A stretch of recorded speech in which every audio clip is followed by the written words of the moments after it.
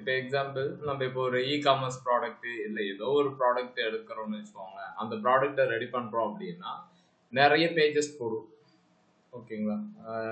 First starting page வந்து சும்மா ஒரு ரஃபாக போடுவோம். லாகின் அண்டு அந்த ஆத்தென்டிகேஷன் பேஜ் சொல்லுவாங்க. ஆத்தென்டிகேஷன் இதில் வந்து லாகின் இருக்கும், சைன்அப் இருக்கும், அப்புறம் ஃபர்கெட் பாஸ்வேர்டு இருக்கும். ஓகேங்களா? இது அதுக்கப்புறம் ரீசெட் பாஸ்வேர்டு, இது எல்லாமே ஆத்தென்டிகேஷன் அப்படின்னு ஆத்தென்டிகேஷன் ப்ராசஸ். ஓகேங்களா? இதுக்கப்புறம் உள்ளார போயிட்டீங்க அப்படின்னா home page R dashboard page வரும். ஓகேங்களா? ஸோ நீங்கள் சைன் அப் பண்ணி போனீங்கன்னா உங்களுக்கு அக்கௌண்ட் பேஜ் வரும். இப்போ இ-காமர்ஸ் அப்படின்னா ப்ராடக்ட் லிஸ்ட் பேஜ் வரும்.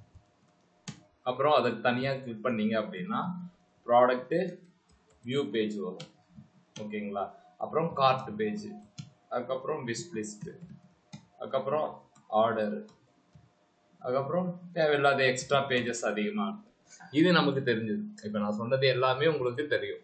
ஆத்தென்டிகேஷன் ஆமாம் லாகின் பண்ணால் தான் உள்ளார போகும் அப்படின்ட்டு.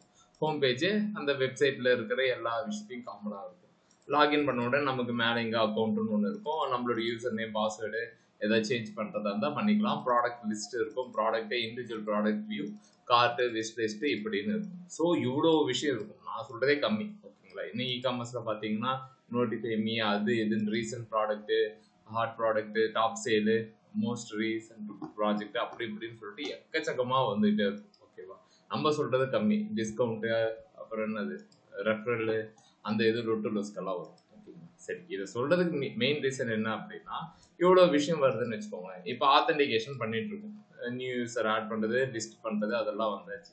இப்போ அக்கௌண்ட் பேஜ், இப்போ ப்ராடக்ட் லிஸ்ட் அப்படின்னா ப்ராடக்ட்டை கண்டிப்பாக ஆட் பண்ணணும், ப்ராடக்ட்டை வியூ பண்ணணும், ப்ராடக்ட்டை டெலீட் பண்ணணும், ப்ராடக்ட்டை அப்டேட் பண்ணணும் அப்படின்னு ஒரு 4 விஷயம் வரும். ப்ராடக்ட் வியூ அப்படின்னா இந்த ப்ராடக்ட் லிஸ்ட்லேருந்து ஏதாவது ஒரு ஐடியா கொடுத்தா அது வியூ பண்ணணும்.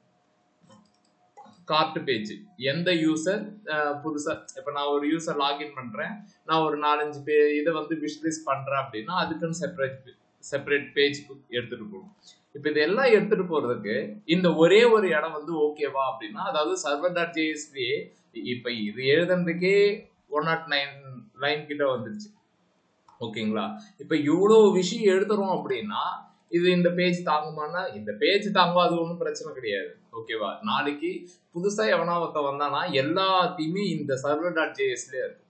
இப்போ அதுக்கு என்னதான் பண்ணலாம் அப்படின்னா தனித்தனியாக ஒரு ஃபைலை போட்டுப்போம். ஆத்தென்டிகேஷன் ஒரு ஃபைலு, அக்கௌண்ட்டுக்குன்னு ஒரு ஃபைலு, ப்ராடக்ட்டுக்குன்னு ஒரு ஃபைலு, கார்ட்டுக்குன்னு ஒரு ஃபைலு, விஷ் லிஸ்ட்டு. அப்போ வரவங்களுக்கு ஈஸியாக தெரிஞ்சிடும். இப்போ உங்ககிட்ட வந்து விஷ் லிஸ்ட்டில் ஏதாவது ஒரு பக் இருக்கு, அதை போய் ஒர்க் அவுட் பண்ண அப்படின்னா சர்வரில் நீங்கள் போய் செக் பண்ணணும் எங்கே ஏது அப்படின்றதெல்லாம் செக் பண்ணணும். அது தேவை கிடையாது. இப்போ நம்ம தனித்தனியாக ஃபைல்ஸை போடப்போம். ஓகேவா? இப்போ நம்ம என்ன பார்க்க போகிறோம் அப்படின்னா எக்ஸ்பிரஸில் அதனுடைய பெனிஃபிட்ஸ் அப்படின்ற மாதிரி ஒரு விஷயத்த பார்க்க போகிறோம். ஓகேங்களா? இதுக்கு எக்ஸ்பிரஸ் ரவுட்டர் அப்படின்னு ஒன்று இருக்கு. இது என்ன பண்ணும் அப்படின்றத பார்த்துக்கலாம்.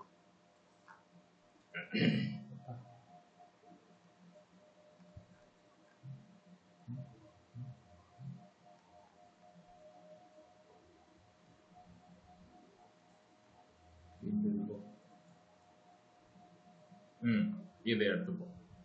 ஓகேங்களா? எக்ஸ்பிரஸ் ரவுட்டர் இப்போ பேர்ட்ஸ் அப்படின்னு ஒரு ஃபைலை கிரியேட் பண்ணாங்க. உங்களுடைய ஆப்பில் ஒரு ஃபைல்ஸை ஒன்று கிரியேட் பண்ணிக்கோ அப்படின்றாங்க. கிரியேட் பண்ணிக்கிட்டு அது என்ன செய்கிறாங்க, எக்ஸ்பிரஸ் ரவுட்டர்ல இருந்து என்ன பண்ணுறாங்க அப்படின்னா கெட் அப்படின்னு எழுதுறாங்க, அபவுட்னு ஒன்று எழுதுறாங்க. ஓகேங்களா? எழுதிட்டு இது ஒரு தனி ஃபைலாக எழுதுறாங்க, எக்ஸ்போர்ட் அப்படின்றத பண்ணுறாங்க. ஒரு நிமிஷம்.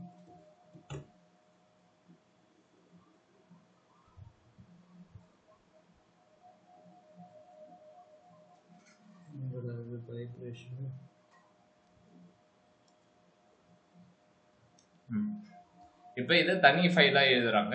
நம்ம ரியாக்ட்ல வந்துட்டு இம்போர்ட் எக்ஸ்போர்ட் பண்ணுவோம்ல, அதே மாதிரி module.exports அப்படின்னு சொல்றாங்க. module.exports அப்படின்னா என்ன அப்படின்னா இதை எங்க வேணாலும் யூஸ் பண்ணிக்கலாம். எப்படி யூஸ் பண்ணலாம் அப்படின்னா லைக் ரியாக்ட்ல வந்துட்டு இம்போர்ட் அப்படின்ற யூஸ் பண்ணுவோம், இதுல ரெக்யூர் போட்டு இந்த மாதிரி யூஸ் பண்ணிக்கலாம். நான் சொல்றது கொஞ்சம் இதுவா இருக்கும், நம்ம இதை பண்ணிடலாம். இதை மட்டும் காப்பி பண்றேன். ஓகேங்களா? ஒரு ஃபைல் ஒன்று கிரியேட் பண்ணுறேன். நியூ ஃபைல் ப்ராடக்ட்னே வச்சுப்போம்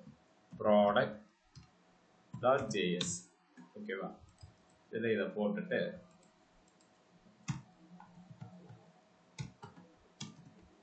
இப்போ எழுத போறோம் router.get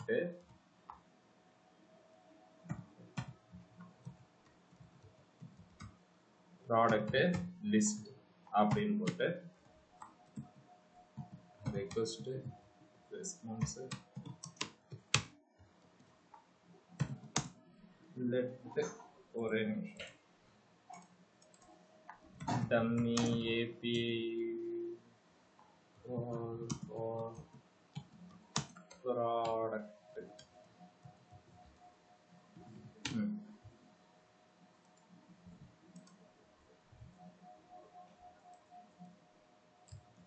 இதை எடுத்து யூஸ் பண்ண போதில்ல ஒரு அரே ஆஃப் ஆப்ஜெக்டா எடுத்து போடணும் சோம்பேறி தான்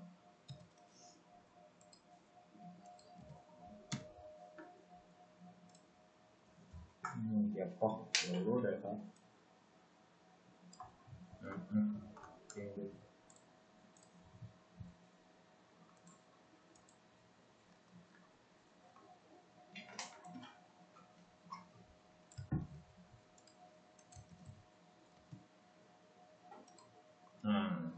இது நல்லா ஓகே இப்போ இது 20 ரெக்கார்டு இருக்கு நமக்கு 20 தேவையில்ல சும்மா ஒரு டெஸ்டிங்காக ஒரு 3 வச்சுக்கோம் 3 ரெக்கார்டை எடுத்துக்கிறேன் let product list equal to இப்படின்னு போடுறேன் பார்த்தீங்கன்னா ப்ராடக்ட் லிஸ்ட்டுன்னு ஒரு ஏபிஐ எழுதுறேன் ஓகேங்களா அதில் ப்ராடக்ட் லிஸ்ட்டு அப்படின்ற மாதிரி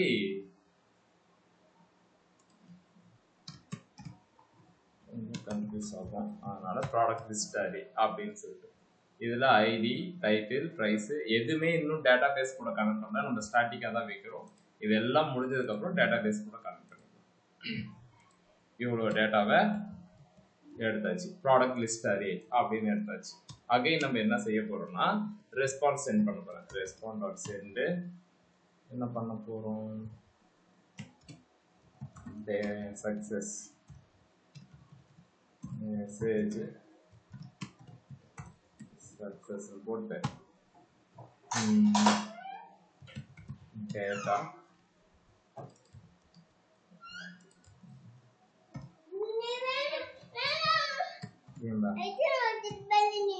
బల్లి ఎత్తుని చూస్తా ఏదో ఏ నాకు టైం ఉంది నాకు టైం ஓகே இப்போ ரெஸ்பாண்ட் டாட் இப்போ என்ன செஞ்சிருக்கோம் அப்படின்னா இது வரைக்கும் என்ன யூஆர்எல் அப்படின்றது நமக்கு தெரியும் இந்த பேக்ஸ்லாஷ் போட்டாங்க அப்படின்னா லோக்கல் ஹோஸ்ட் சர்வருடைய யூஆர்எல் என்னமோ அது அதுக்கப்புறம் ப்ராடக்ட் லிஸ்ட் ஓகேவா இப்போ நம்ம என்ன செய்ய போறோம்னா இந்த ரவுட்டரை எக்ஸ்போர்ட் பண்ண போறோம் module.exports equal to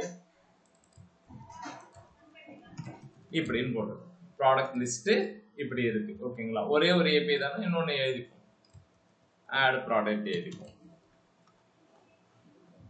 இவனை தூக்கிடுவோம் இவனை தூக்கி வெளியே போடா அப்படின்னு சொல்லிட்டு ஆட் ப்ராடக்ட் ஓகேங்களா இதில் என்ன செய்ய போறோம் அப்படின்னா லெட் டைட்டில் ஈக்குவல் டு வாங்குவோம் request டாட் பாடி டாட் அப்படின்னா போஸ்ட்மேன்ல இருந்து நான் கொடுக்க போறேன்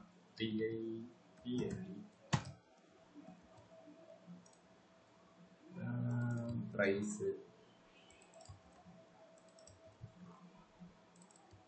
டிஸ்கிரிப்ஷன்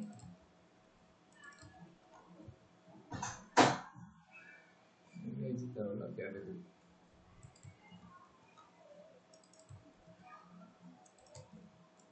இப்படி 4 டேட்டா வாங்குறோம் 4 டேட்டா வாங்கிட்டு சும்மா ஒரே ஒரு ஃபீல்டுக்கு மட்டும் நான் வேலிடேஷன் வைக்கிறேன்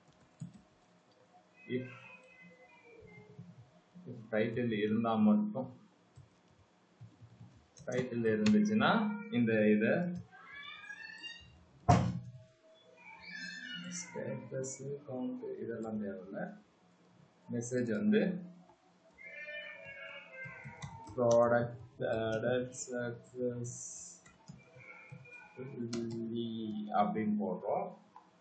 ஐடி சும்மா நம்ம ஆல்ரெடி எழுதி வச்சிருக்கோம். உனக்கு எழுதிட்டு வந்து இங்கே போட்டுருங்க.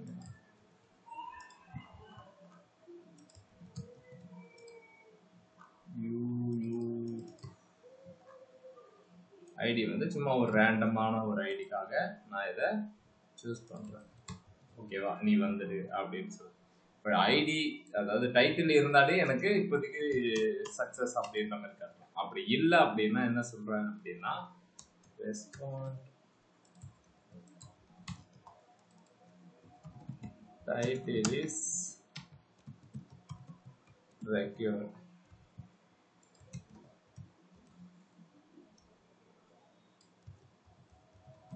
ஸ்டேட்டஸ் 0 அப்படின்னு. எதுக்காக இந்த ஸ்டேட்டஸ் அனுப்புறாங்க அப்படின்னா ஸ்டேட்டஸ் வச்சு தான் எழுதுவோம். ஸ்டேட்டஸ் 1 இருந்தா சக்சஸ், 0 இருந்தா ஃபெயிலியர் அப்படின்னு. இப்போ நமக்கு மெசேஜ் என்ன வரப்போகுது அப்படின்னா இப்படி வரப்போகுது. Method post method. ஓகேங்களா, 2 ஏபிஐ எழுதுது. யூஸ்வல் நம்ம ஆல்ரெடி எழுதுன அதே ப்ராசஸ் தான். இப்போ என்ன பண்ணியிருக்கோம் அப்படின்னா தனியாக ஒரு ஃபைலில் போட்டிருக்கோம். product.jsல ப்ராடக்ட் லிஸ்ட்னு போட்டிருக்கேன். சரிங்களா, இப்போ இதை எப்படி இந்த சர்வரில் எடுத்துகிட்டு வந்து கனெக்ட் பண்ணுறது அப்படின்னு பார்க்கணும். இப்போ இதை எப்படி எடுத்துகிட்டு வர போகிறோம் அப்படின்னா கான்ஸ்ட் ப்ராடக்ட்டு, ஓகேங்களா, ரெக்யூர்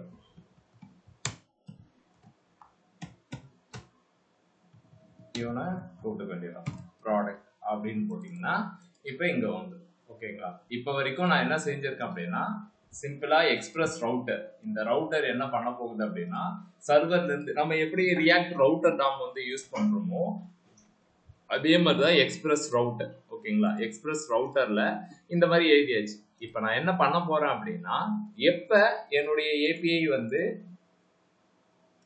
எங்க போட்டிருக்கு பேர்ட்ஸ் இம்போர்ட் பண்ணிட்டாங்களா, app.use birds அப்படின்னு, அதாவது முன்னாடி பேர்ட்ஸ்னு வந்துச்சுன்னா இந்த கண்ட்ரோலரை கால் பண்ணு அப்படின்னு எழுதும்.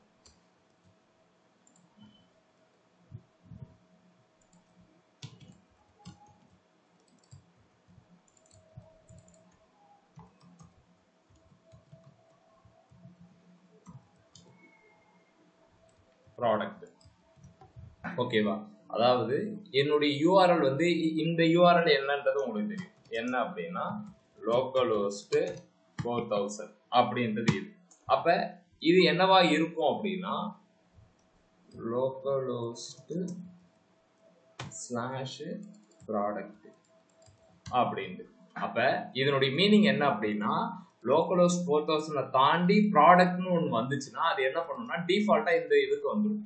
இந்த இது எதை கால் பண்ணுது அப்படின்னா இந்த ப்ராடக்டை கால் பண்ணுது. இந்த ப்ராடக்ட்குள்ளார நம்ம என்ன செஞ்சிருக்கோம் அப்படின்னா 2 ஏபிஐ எழுதிருக்கோம். ப்ராடக்ட் லிஸ்ட் ஒன்று எழுதிருக்கோம், ஆட் ப்ராடக்ட் ஒன்று இருக்கு. அது எந்த ஏபிஐ கால் பண்ணோம் அப்படின்றது நம்ம போஸ்ட்மேனை வச்சு தான் செக் பண்ணணும். சொல்றது கொஞ்சம் குழப்பமா இருக்கும். இப்போ நான் உங்களுக்கு டெமான்ஸ்ட்ரேட் பண்ணிடுறேன். ஓகேங்க, இப்போ இது எல்லாத்தையுமே இப்படி சின்னது பண்ணி வச்சுக்கிட்டு ஓகே ப்ராடக்ட் அப்படின்றது யூஆர்எல் வந்துச்சு அப்படின்னா இந்த இடத்த கால் பண்ணு அப்படின்னு சொல்லுது. இந்த இடத்துல வந்து அது நிற்கும், 1வது இடத்துல வந்து நிற்கும்.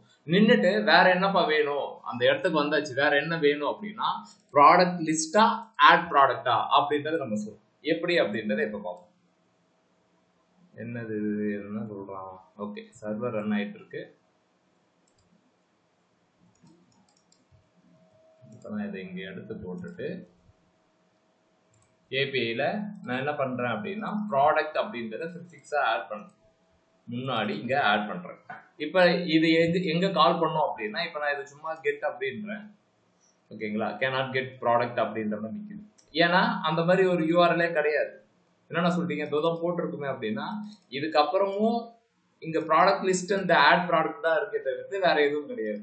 இந்த இடத்துலையும் பாத்தீங்கன்னா அந்த மாதிரி ப்ராடக்ட் அப்படின்றது ஒண்ணு கிடையாது. அப்ப என்ன செய்யணும் அப்படின்னா இப்ப நான் ப்ராடக்ட் லிஸ்ட் அப்படின்றத கால் பண்றேன், /ப்ராடக்ட் லிஸ்ட். இப்ப டேட்டா வருது. எப்படின்னா அப்படின்னா இந்த ஏபிஐ உடைய எக்ஸ்பிளனேஷன் என்ன அப்படின்னா இது வரைக்கும் உங்களுக்கு தெரியும் 4000 அப்படின்றது /.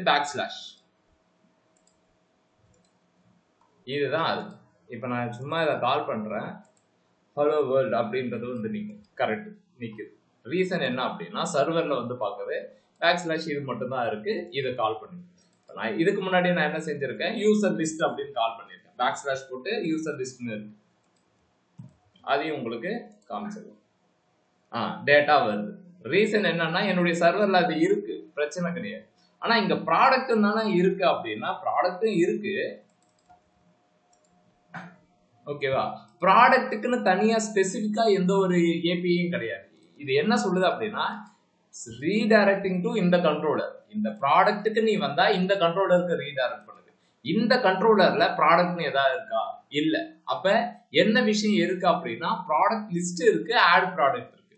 அப்ப ப்ராடக்ட் லிஸ்ட் அப்படின்றத கால் பண்ணா எனக்கு ஆப்டான ரெஸ்பான்ஸ் கிடைக்குது. கிடைச்சிருச்சு, ஓகேங்களா. இப்ப இதையே நான் போஸ்ட் மெத்தட்ல மாத்திட்டு ஆட் ப்ராடக்ட் போறேன், போட்டுட்டு பாடியில் XWல போயிட்டு என்ன field, title, price, description, title, price, description, category, இப்படி நான் போடுறேன். 10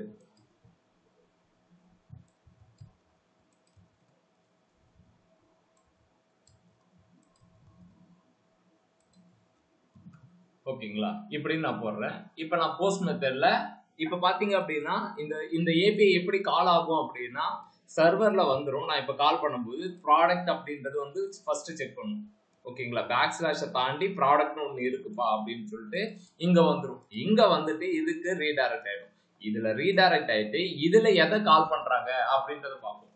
ப்ராடக்ட் லிஸ்டா இல்ல ஆட் ப்ராடக்டா அப்படின்னு. இப்போ பாருங்க,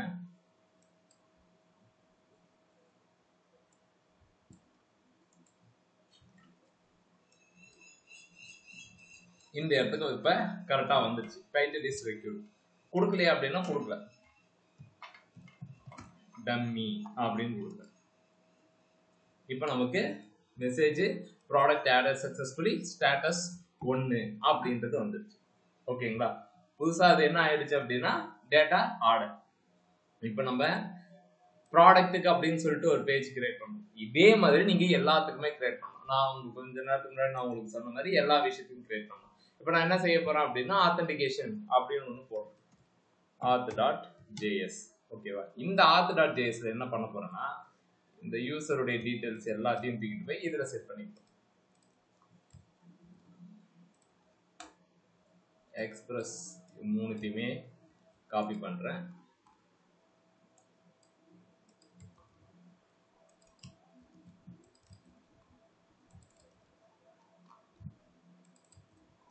ஏன்னா எனக்கு சர்வர்ல வந்து தேவையில்லாத ஆணியெல்லாம் தேவையில்லை, ஜஸ்ட் ஃபைல் நேம் மட்டும் கால் பண்ணலாம். இப்ப எல்லாத்தையுமே என்ன செஞ்சுட்டேன் அப்படின்னா இந்த மாதிரி இதுல ஆட் பண்ணி விட்டேன், ஓகேங்களா. இப்போ நான் என்ன செய்ய போறேன் அப்படின்னா அகைன் இந்த பேக்ஸ்லாஷ் வருதா, ஆத்தென்டிகேஷன், ஓகே, இதையும் இந்த மாதிரி கால் பண்ணிடணும். கான்ஸ்ட் auth equal to require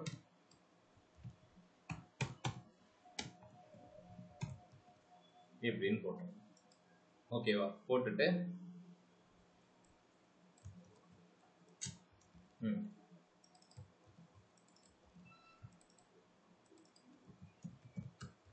இப்படின்னு போட்டுறேன், ஓகேவா. இதுக்கு மேல இது எப்படின்னா ஆத்தென்டிகேஷன் அப்படின்ற ப்ராசஸை கால் பண்ணா இங்க வரும். இங்க வந்ததுக்கு அப்புறம் இந்த நியூ யூசர் ஆகட்டும், யூசர் லிஸ்ட் ஆகட்டும், ஒரு டெமோ பார்த்துருவோம்.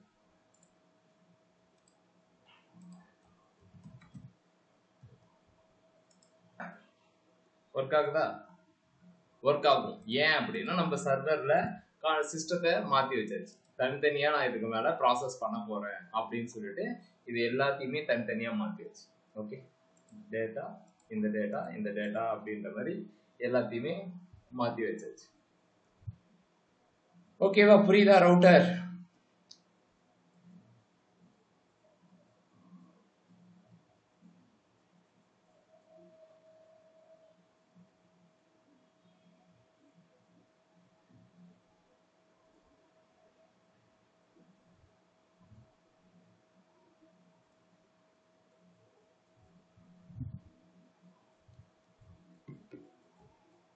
காது வலிக்குது. அடே ரொம்ப கத்தாதீங்க. ஸ்லோவாக